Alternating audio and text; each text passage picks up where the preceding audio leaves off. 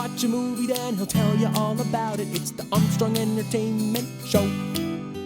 Hello everyone and welcome to Armstrong Entertainment. This is Chad here and I saw the movie The French Dispatch directed by Wes Anderson.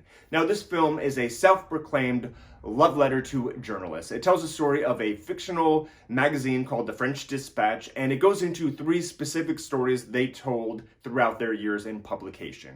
Now if you don't know anything about Wes Anderson, here's a refresher. He directed Grand Budapest Hotel, Moonrise Kingdom, Bottle Rocket, Isle of Dogs, Rushmore, The Royal Tenenbaums. You get the idea. People either love Wes Anderson films and avidly love Wes Anderson films, or they hate him. He's very specific, very unique, and he has a very specific style.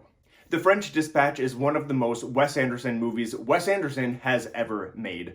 The set design is perfection. How he just sets up the camera and just lets everything happen on screen. You cannot take your eyes off of this film. It is so visually pleasing and interesting and quirky and weird, and it's just his style, and you gotta either love it or hate it.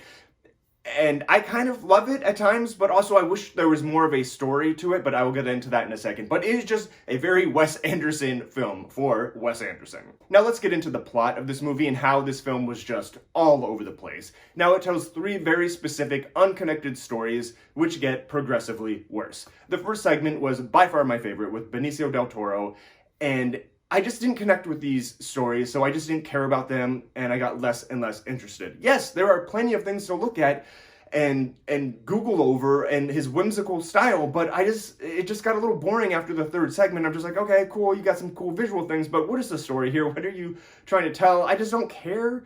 But I would like to give a special shout out to Lois Smith, because she worked with James Dean in 1955 in East of Eden, and I love to see her pop up anywhere, so shout out to Lois Smith, I love you, James Dean, fandom.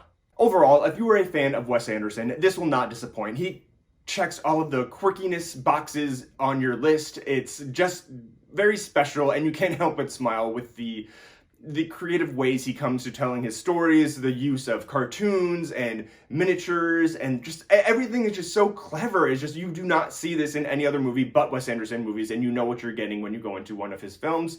However, I wish there was a little bit more plot, like in the Grand Budapest Hotel, which was also very clever, but it just brings the film up if the plot's good and there's something to follow along to. And that's just kind of where I landed with this one. Not as good as Grand Budapest, but I did enjoy this film. At times I do wish there were subtitles because I didn't understand a word they were saying, but overall, I had a fun time watching this film, and I would recommend it if you are at all interested in Wes Anderson. It is now playing in limited theaters, and it will be opening soon enough in a theater near you. Until next time. He'll watch a movie, then he'll tell you all about it. It's the Armstrong Entertainment Show.